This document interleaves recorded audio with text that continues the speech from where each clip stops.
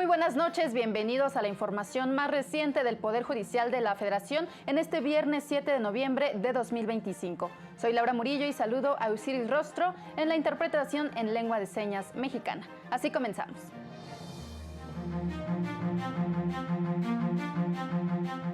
Por primera vez, la nueva Suprema Corte reconoce a una comunidad indígena como tercera interesada en una controversia constitucional. Suspende la Comisión de Disciplina a un actuario federal acusado de violación sexual. En riesgo el oficio de las parteras por la norma oficial mexicana 020. El 10% de campesinos de Guanajuato prevén abandonar sus tierras este año por falta de protección y deudas. La presidencia de la nueva Suprema Corte de Justicia reconoció por primera vez a una comunidad como entidad tercera interesada en una controversia constitucional. Se trata de la comunidad de Tetelcingo, Morelos, con capacidad jurídica, conforme al artículo 2 de la Constitución mexicana, reformada el 30 de septiembre del año pasado. Esta resolución de la presidencia del Alto Tribunal representa un paso decisivo hacia una democracia constitucional más plural e incluyente al ampliar los canales de acceso a la justicia y garantizar la participación efectiva de los pueblos originarios en la defensa de sus derechos. Con este hecho, la nueva Suprema Corte avanza en la consolidación de un modelo de justicia intercultural basado en el respeto a la autonomía, libre determinación y diversidad de los pueblos indígenas, asegurando su voz y representación en las decisiones públicas que les conciernen. La eliminación del nepotismo es uno de los retos de la nueva Suprema Corte, aseguró el ministro Irving Espinosa Betanzo. La nueva Suprema Corte aún enfrenta retos importantes como la eliminación del nepotismo y la impunidad, aseguró el ministro Irving Espinosa Betanzo. Al impartir una conferencia magistral en la UNAM, dijo que también está pendiente la implementación de cambios jurisdiccionales que fortalezcan el Estado constitucional y garanticen una justicia íntegra, transparente y al servicio de la ciudadanía. Y ese, entre otras cosas, es el reto que nosotros tenemos. Primero, ¿cómo acabar con el nepotismo? Pues bueno, también tiene que ver con una decisión de carácter de las personas titulares de los órganos jurisdiccionales, no permitirlo. Y esa sí es una decisión que le corresponde a las ministras, a los ministros. En el coloquio internacional Resistencias Democráticas al Neofascismo y Colonialismo, el ministro Espinosa destacó la importancia de una justicia independiente y cercana a las personas, así como impulsar mecanismos que garanticen la defensa efectiva de los derechos humanos ante contextos de violencia y desigualdad. ¿Cómo acercar la justicia a las personas? Bueno, de entrada, tratando de hacer un lenguaje más incluyente, más fácil. Se dice un lenguaje ciudadano. Pues ¿para qué? Pues para que todas las personas tengan la posibilidad de entenderlo. No es necesario que alguien sepa derecho. Destacó que la reforma al Poder Judicial fue un acto de resistencia democrática. Se instituyó como un paradigma, pero además les voy a decir algo, y es algo que la gran mayoría de las personas y sobre todo de los abogados, las abogadas que se han manifestado en contra de la reforma han dejado de señalar. Con imágenes de Marco Avendaño y Óscar Cedeño, para Plural TV, Rosy García. La Comisión de Disciplina del Poder Judicial suspendió de manera indefinida al actuario Juan Carlos N., adscrito al Juzgado 10º de Distrito en el estado de Guerrero, tras una denuncia por presunta violación sexual. La medida cautelar tiene como objeto evitar la continuidad de actos de hostigamiento sexual contra la denunciante o sus compañeros de trabajo. En un comunicado, el Tribunal de Disciplina Judicial informó que no tolerará conductas que atenten contra un ambiente libre de violencia y la correcta impartición de justicia en el Poder Judicial de la Federación. El órgano de investigación de responsabilidades administrativas inició la indagatoria correspondiente contra el denunciado y, derivado de la gravedad de los hechos, la Comisión de Disciplina ordenó el establecimiento de la medida cautelar. Y a continuación, Mario López Peña nos presenta los asuntos que podría resolver el Pleno de la nueva Suprema Corte la próxima semana. De los asuntos que analizaría y resolvería el Pleno de la nueva Suprema Corte de Justicia la próxima semana destacan un caso en el que una persona alega ser propietaria de un inmueble y exige a otra que se lo devuelva. La persona a quien se exige la devolución es su ex esposa, quien vive con su hijo adolescente que tiene una discapacidad.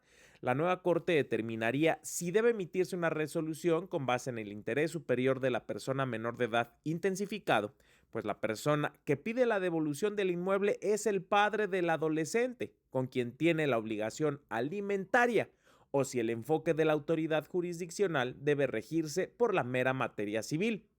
Hay otro amparo por el que determinaría si es válida la forma de describir el delito de abandono de obligaciones alimenticias, pues sería ambiguo al detallar que ese abandono se tiene que dar sin motivo justificado. En otro asunto, esta nueva Suprema Corte se pronunciaría sobre derechos de personas adultas mayores y la perspectiva de envejecimiento en la impartición de justicia. Está también un amparo por el que determinaría si el reglamento del régimen de pensiones y jubilaciones del IMSS es discriminatorio por excluir injustificadamente a los familiares que tuvieron vínculo basado en el afecto, la solidaridad y la asistencia mutua con la persona trabajadora, al grado de equipararse con una madre o un padre por las actividades de crianza y de cuidado desempeñadas a lo largo de su vida. Para Plural TV, Mario López Peña. El historiador mexicano Pedro Salmerón reflexionó sobre los derechos desde la teoría política al participar en el círculo de estudio de la ministra Lenia Batres Guadarrama. Los derechos son históricos y en México se conquistaron a través de las revoluciones y los movimientos sociales. El historiador mexicano Pedro Salmerón aseguró lo anterior al participar en el círculo de estudios de la ministra Lenia Batres Guadarrama que se realizó en el auditorio de la nueva Suprema Corte. Los derechos individuales, los derechos políticos, los derechos sociales, colectivos, culturales, los derechos de las minorías no son naturales, son históricos. ¿Qué significa eso? Que en contra de la corriente de pensamiento que dice que al nacer, que por el simple hecho de nacer, tenemos de manera inherente una serie de derechos, nosotros desde la historia decimos, no, ninguno de los derechos que tenemos nos es inherente por haber nacido. Fueron conquistados históricamente en diferentes momentos. ¿Sí? Los construimos, no nos son naturales.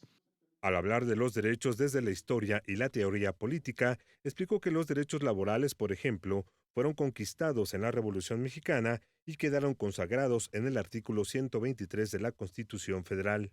Sin embargo, señaló que para que esos derechos se hicieran realidad y no se quedaran en el papel, fueron necesarios varios movimientos sociales. Los derechos laborales terminaron de ser erosionados o destruidos por las reformas al artículo 123 en tiempos de Carlos Salinas, al artículo 3 en tiempos de Enrique Peña Nieto, y han sido recuperadas mucho más lentamente de lo que yo quisiera por la Cuarta Transformación. Y es uno de los pendientes de la 4T, aunque se ha ido avanzando. El historiador también habló de los derechos que fueron conquistados por los movimientos estudiantiles y el urbano popular. A través de un video, la ministra Lenia Batres destacó la trayectoria académica y profesional de Pedro Salmerón. Pedro Salmerón se ha distinguido por ser un gran investigador y difusor de la lucha de Francisco Villa. Para Plural TV, Juan Carlos González. Y en más noticias, el segundo tribunal colegiado en materia administrativa del Sexto Circuito concedió una suspensión provisional a la comunidad de San Miguel Xoxtla, en Puebla, que ordena detener los trabajos de excavación del pozo Pavigui y la operación de los pozos 4 y 5. Habitantes de la comunidad denunciaron la extracción irregular de agua para su construcción, así como la falta de consulta pública. El fallo también obliga a las autoridades a verificar si los pozos cuentan con las concesiones correspondientes y en caso de no tenerlas, se tendrán que clausurar. Además, exige dar mantenimiento a los pozos comunitarios 1, 2 y 3, de los cuales se abastece la población local. Vamos a una pausa y continuamos con más información. Al regresar, Justicia TV en Tránsito a Plural TV le presentará un reportaje especial sobre la lucha de las parteras mexicanas ante la posible desaparición de este oficio ancestral.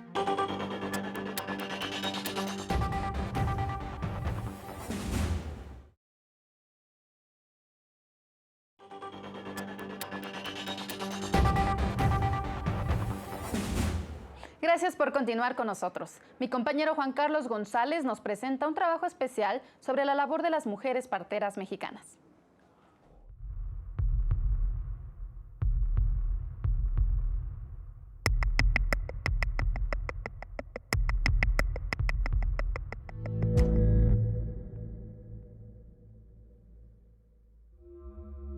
La partería tradicional no es solo una forma, es todo una filosofía, es un camino de vida. Es honrar la vida y la muerte y que van de la mano.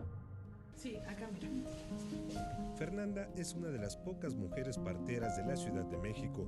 Desde hace 10 años alcanzó la edad y obtuvo los conocimientos necesarios para entrar a este mundo que tiene un origen ancestral. Pero acá, aquí siéntate, mira, de cama para que está más fijo.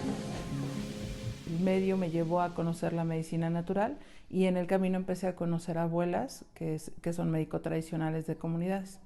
Y para que una abuela te reciba, para poder transmitir el conocimiento de voz, requieres hacer tequio, trabajo, y ellas tienen la visión de saber si estás para el camino o no. ¿Cómo te sentiste después de la terapia? Una abuela o partera tradicional descubrió que tenía habilidades para sanar y ayudar a mujeres embarazadas que prefieren parir en su casa y no en un hospital. Se movió la gente.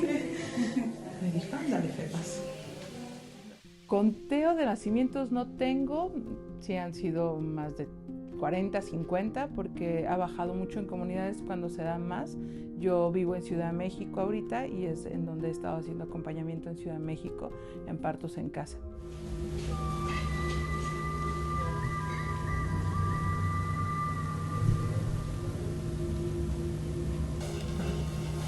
Carla es aprendiz de partera. Terminó su carrera como enfermera obstetra, pero se interesó por ese oficio cuando tuvo complicaciones de salud después de su único parto y la medicina institucional o moderna no le ayudó a sanar.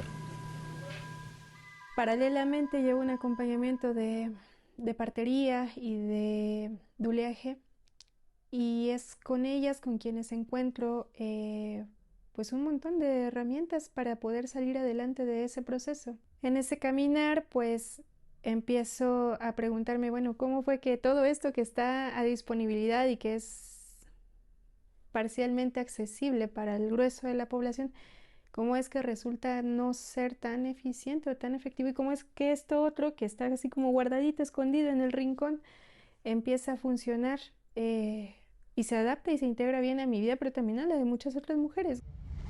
Inclusive ha habido compañeras que dicen, bueno, ¿y quién me va a perseguir hasta la Sierra de Guerrero si voy a ir a atender partos?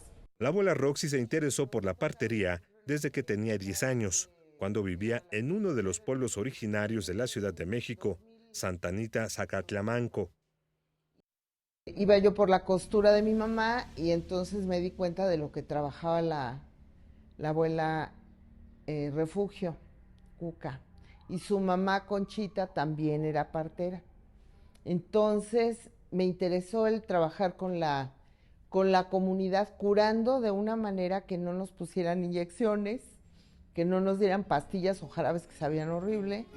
Y me gustó el modo de curar. Las tres mujeres han acumulado conocimientos ancestrales que se han transmitido por generaciones para recibir la vida en entornos familiares y armoniosos. El hecho de atender a una mamá desde el inicio, como cualquier médico, cualquier cuestión clínica, ¿no? Que desde el principio se les mide, se les pesa, se oye al bebé, se va dando un seguimiento, se les toma la presión, etcétera. Y desde ese momento hace uno conexión con la familia completa. La partera existe desde que existe el ser humano. Tiene esa sabiduría de acompañar a la mujer al nacer. El cuerpo de la mujer está diseñado para parir. Y hay muchos factores atrás, los que se han constituido para que la mujer tenga miedo, para que no sienta que su cuerpo está capacitado para hacer este proceso, que es natural y que lo único que hacemos es acompañar. Hoy estas mujeres también comparten la preocupación por el futuro de la partería en nuestro país. Sobre todo después de que el pasado 4 de marzo, la Secretaría de Salud Federal publicó la norma oficial mexicana 020 para establecimientos de salud y el reconocimiento de la partería en la atención integral materna y neonatal. Fue doloroso, fue difícil y fue algo que se cimbró en lo más profundo de muchas de nosotras. Cuestionarnos qué va a hacer de nuestra vida más adelante y cómo vamos a rescatar esto que se nos ha ido dando a lo largo del tiempo, porque son regalos inmensos los que recibimos de nuestras nanas, de nuestros tatas, el poder tener conocimientos que resguardan la vida. Pues no nos dejan trabajar porque la norma oficial está padrísima, está muy bien hecha, menos en un punto, en el número 6, que dice, así casi a la letra, solo el personal profesional puede atender un parto. ¿Quién es el personal profesional? Pues los médicos con una cédula profesional de la universidad, las enfermeras obstétricas con una cédula profesional de la universidad. ¿Por qué yo no puedo tener uno?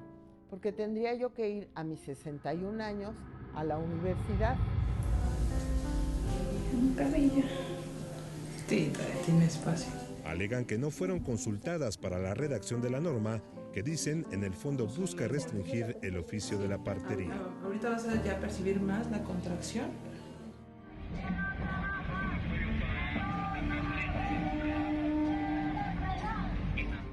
El pasado 29 de septiembre, más de 60 parteras tradicionales marcharon del Ángel de la Independencia aquí, a la nueva Suprema Corte de Justicia de la Nación, donde solicitaron asesoría para echar abajo la norma que, aseguran, restringe sus derechos.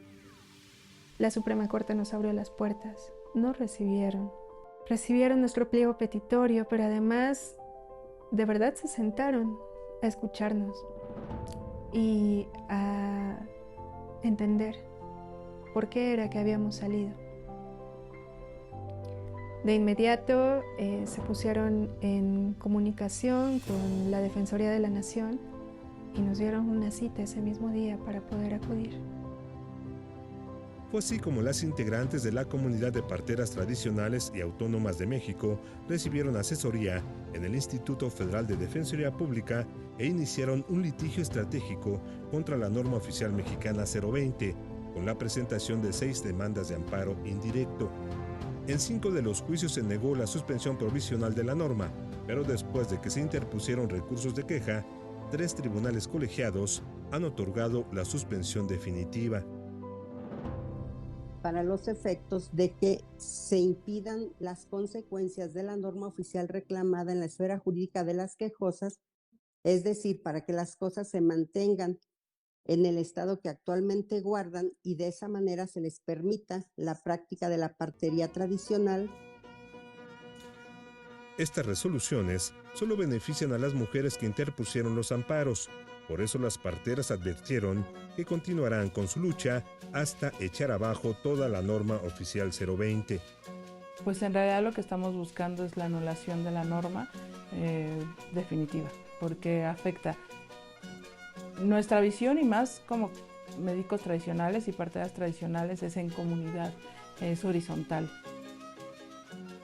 Aseguran que su lucha no es para beneficio propio, sino para las comunidades, sobre todo en aquellas donde las parteras tradicionales son la única opción para las mujeres embarazadas.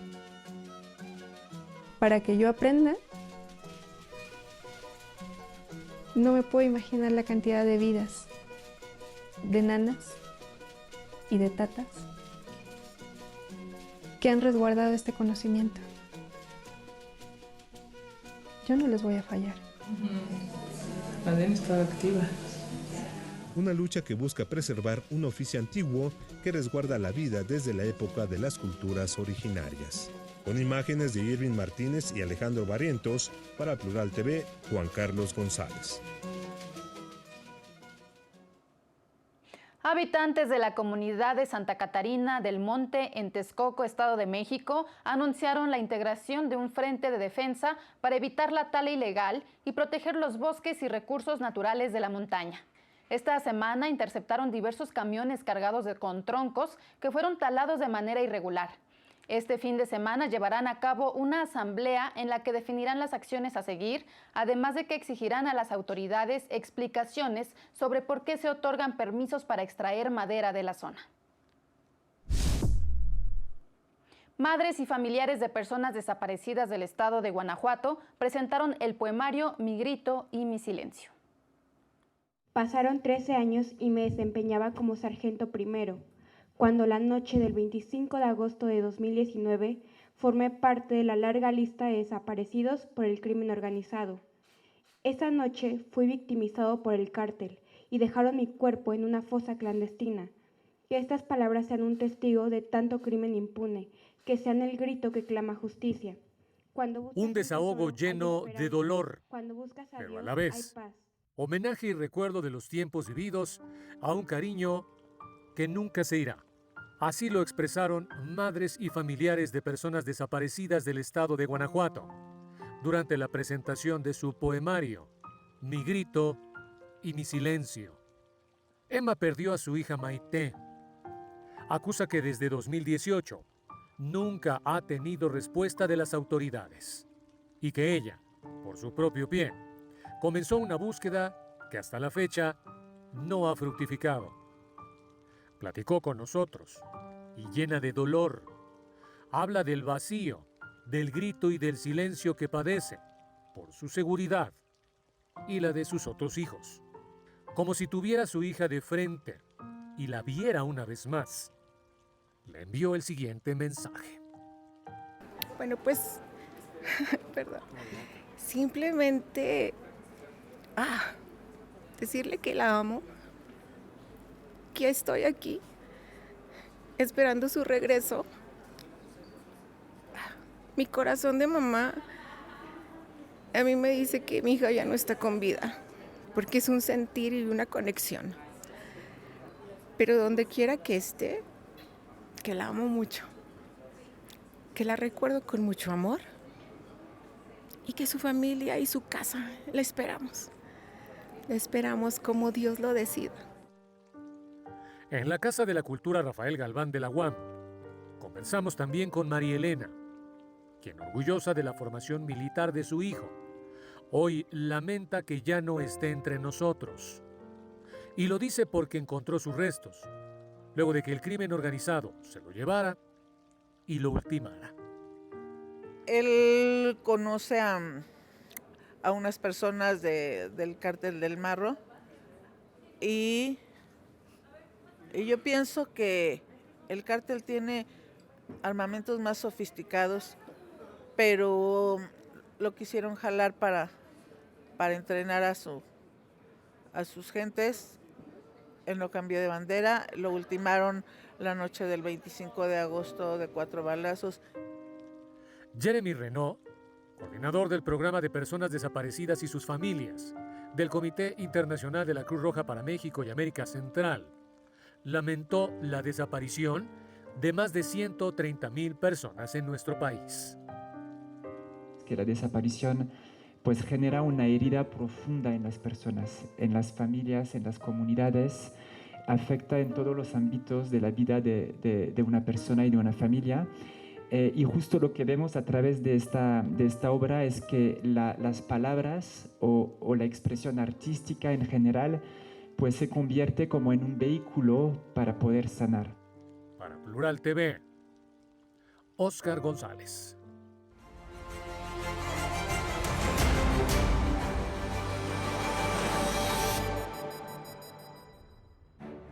La presidenta Claudia Sheinbaum recibió a su homólogo de Francia, Emmanuel Macron, en Palacio Nacional, como parte de una visita oficial que tiene como objetivo fortalecer el respeto mutuo, el diálogo y la relación bilateral. Organizaciones en defensa de las infancias pidieron al gobierno federal impulsar una reforma para tipificar el reclutamiento forzado de niños y adolescentes como parte de la estrategia de seguridad nacional, con el objetivo de proteger a este sector de la población y debilitar a las estructuras criminales. En el último año aumentaron 22% los días limpios en la zona metropolitana del Valle de México, con una reducción considerable de contaminantes, de acuerdo con la Secretaría del Medio Ambiente.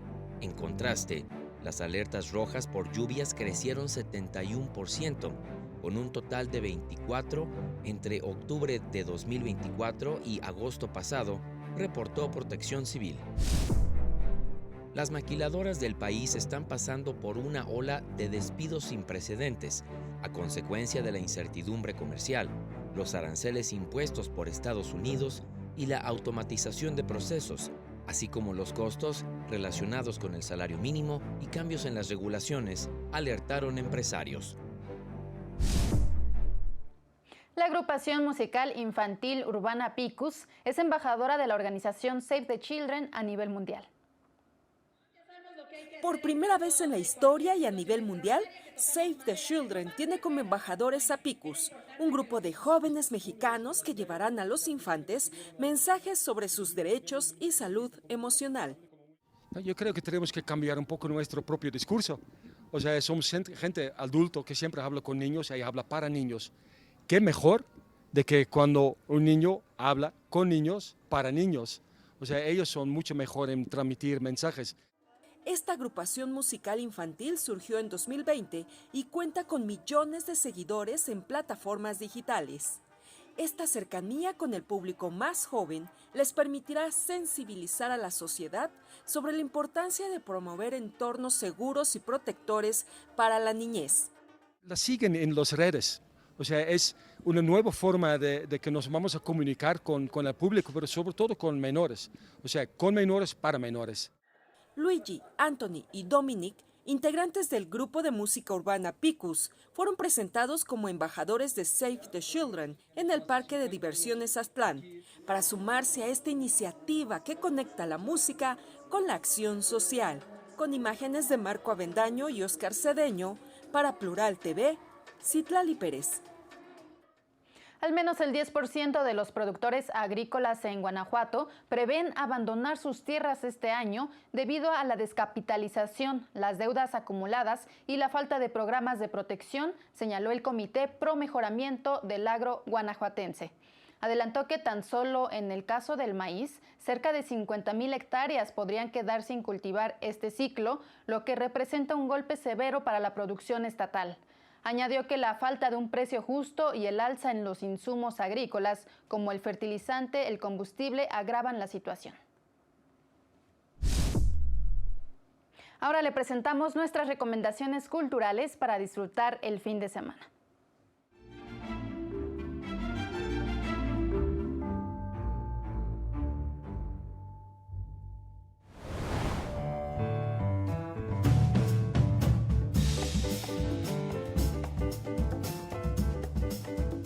Comienza uno de los festivales musicales más esperados del año, Eurojazz, en el Centro Nacional de las Artes, que durante todo el mes reunirá a solistas, quintetos, cuartetos y tríos del viejo continente con talento nacional.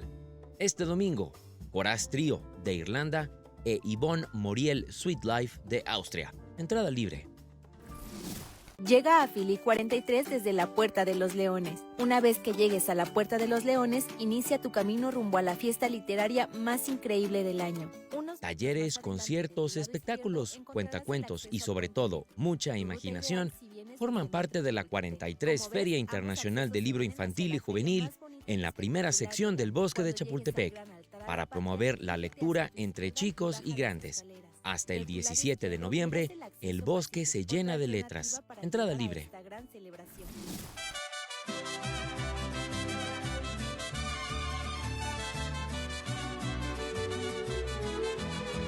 Ya inició el segundo Congreso Mundial del Mariachi. para enaltecer a esta representativa figura de nuestro país y su música. Este fin de semana habrá magnos conciertos en el Teatro de la Ciudad Esperanza Iris, la Alameda Sur y el gran cierre en el Zócalo capitalino con la cantante Majo Aguilar. Entrada libre. Tus hijos ni te quieren, tu familia ni te conoce. Que ya este país no me gusta ni para morirme. No se pierda nuestra programación cultural. Lupe bajo el sol es un documental que retrata la lucha de trabajadores migrantes en busca del sueño americano. Este sábado a las 23 horas y el domingo a las 19 horas, en un nuevo episodio de Monsiváis y sus causas, conozca el profundo vínculo que el gran cronista de México tenía con el cine, la música y la contracultura. Para Plural TV, Jesús Daza. Así concluimos esta emisión. Soy Laura Murillo. Le invitamos a permanecer en la señal de Plural TV. Que tenga muy buena noche y hasta pronto.